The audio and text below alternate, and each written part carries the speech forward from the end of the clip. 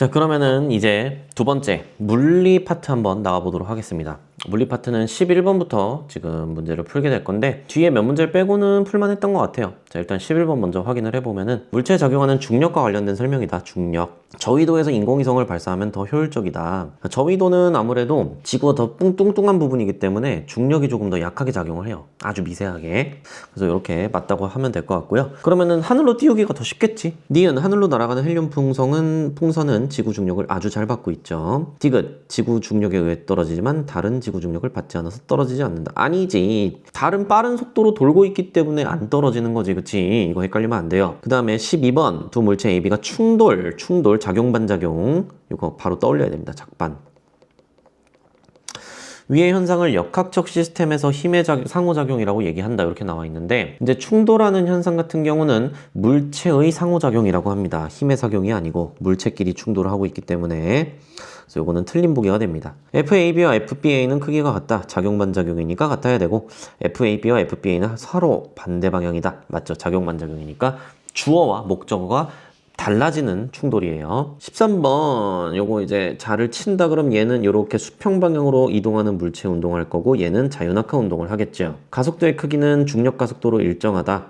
동전 A의 관성은 B의 관성보다 크다. 둘이 지금 질량이 동전 A의 질량이 더 작다 그랬거든요. 그러면은 관성은 어디에 비례하냐면 질량에 비례해요. 그렇기 때문에 관성은 누가 더 작냐면은 A가 더 작습니다. 땡. 디귿 운동하는 동안 A에 작용하는 중력의 크기는 B에 작용하는 중력의 크기보다 작다라고 나와 있는데 A에 작용하는 중력의 크기, 자, 이 친구가 질량이 더 작기 때문에 중력의 크기가 더 작습니다. 14번 그림은 지구 주위를 등속 원운동하며 공전하는 물체 A의 모습이다. 등속도 운동을 한다. 자, 등속도라는 거는 크기와 방향이 전부 다 동의를 해야 돼요. 근데 이 친구는 여기서는 이쪽으로 움직여, 여기서는 이쪽으로 움직여, 여기서는 이쪽으로 움직이는 방향이 변하는 운동을 하고 있기 때문에 틀린 보기입니다. 자, Q에서 A의 가속도의 방향은 지구 중심 방향이 맞고요.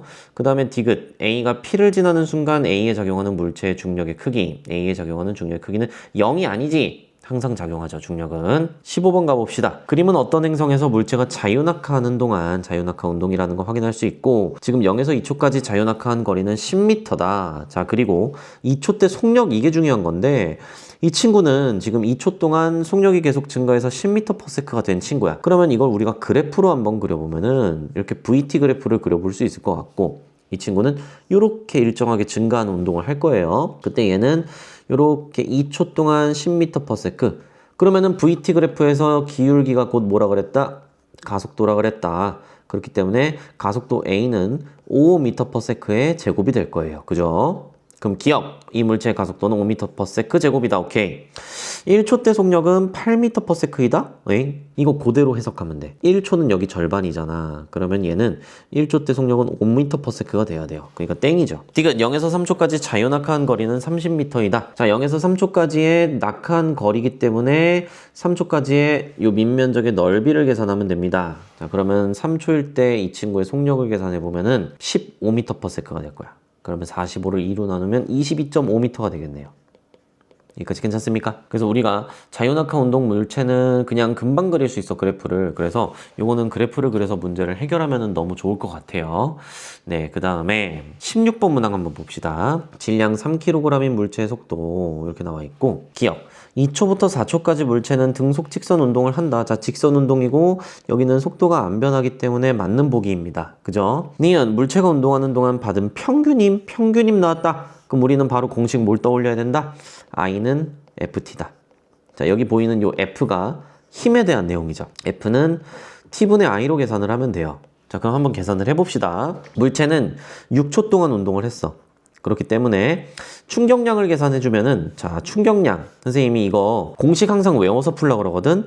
MV2- MV1은 FT는 아일랜드다, I다, 이렇게 얘기를 했었죠. 자, 그렇기 때문에 이 친구 충격량 계산해보면은 질량 3kg, M에다가 3 넣어주면 되고, V2는 0, V1은 4.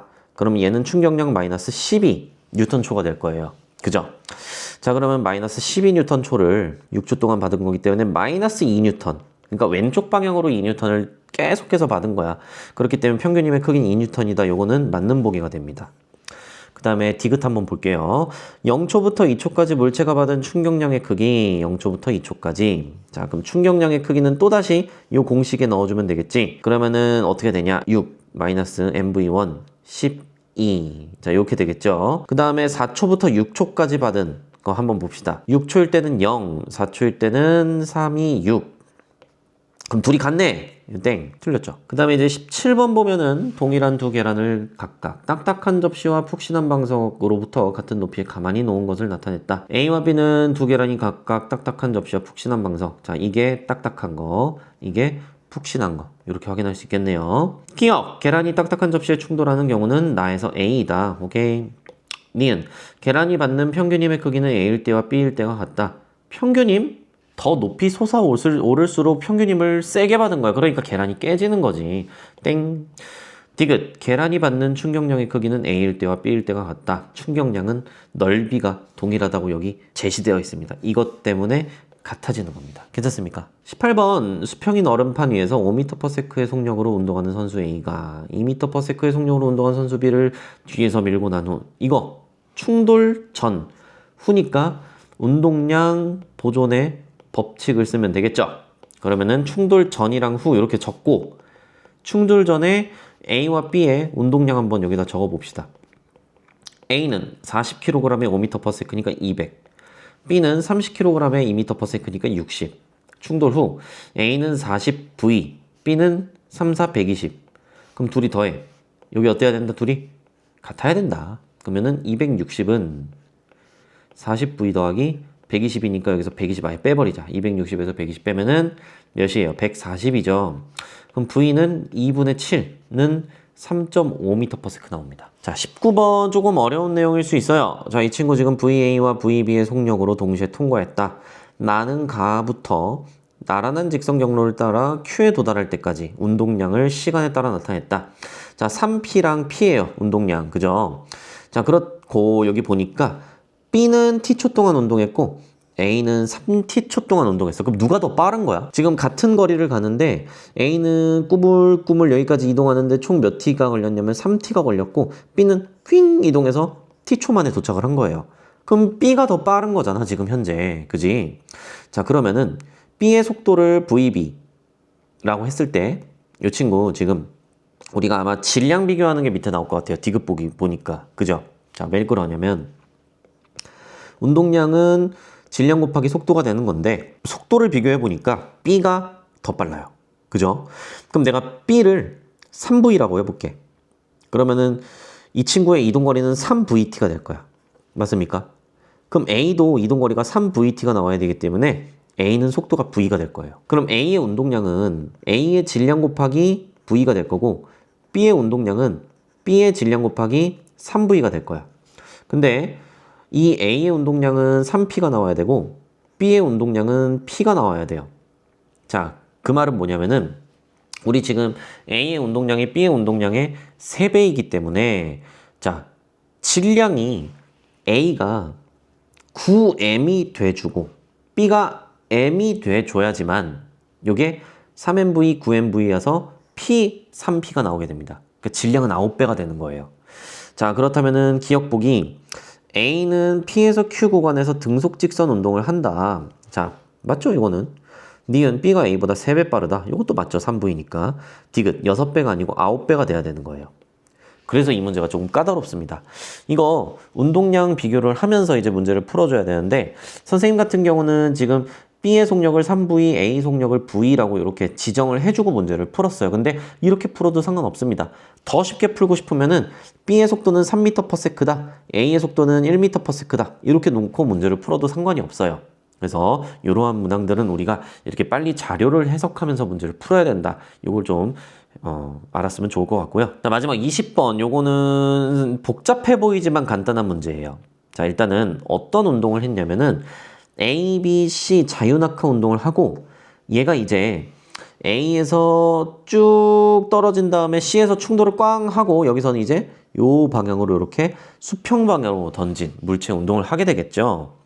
자, 그랬을 때 A에서 C까지 공이 운동한 시간과 C에서 D까지 운동한 시간은 같다라고 나와 있습니다. 그럼 결과적으로 이거 이렇게 해석해도 돼. A에서 C까지 떨어진 높이가 지금 16h거든? 근데 A에서 C까지 낙하한 거리랑 C에서 D까지 낙하한 거리랑 어때야 되는 거야? 낙하거리는 이렇게 같아야 되는 거예요. 왜? 낙하할 때는 떨어지는 시간에 따라서 높이가 비례하기 때문에 낙하한 높이는 같아야 된다. 이게 이제 중요한 내용이네요. 오케이. 자, 그랬을 때 지금 밑에 이동 거리에 따른 시간의 비가 나와 있는데 t초 동안 1s, 4t초 동안 16s 떨어질 수 있대. 자, 그럼 요거 한번 해보자. 봐봐.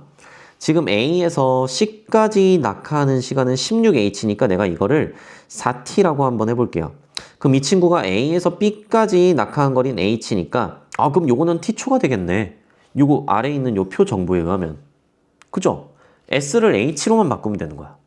자, 그렇다면 우리 C에서 D로 이동하는 것도 한번 봅시다. 여기서는 우리가 이 수평방향 이동거리를 봐야 돼. C에서 여기 어느 한 지점까지는 3D 이동했어.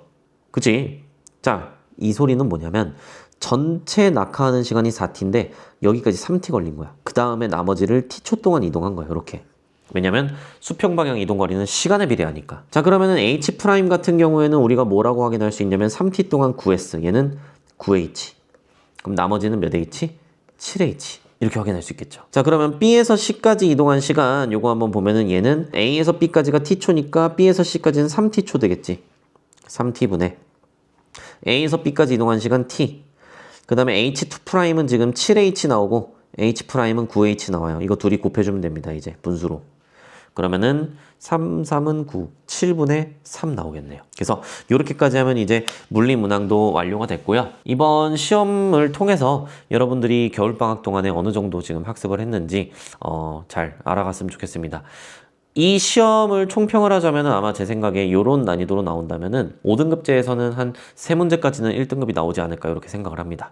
그래서 3문제 정도 틀렸다 그러면은 방학 동안 그래도 어느 정도 학습을 잘했구나. 그 다음에 3문제보다 더 많이 틀렸다. 그럼 우리가 더 열심히 해야 된다라는 점을 알고 있으면 좋을 것 같아요. 그래서 여기까지 해설 영상 마치도록 하겠습니다. 장혜든 놀이 강사였습니다. 감사합니다. 다음 주도 좋아요, 구독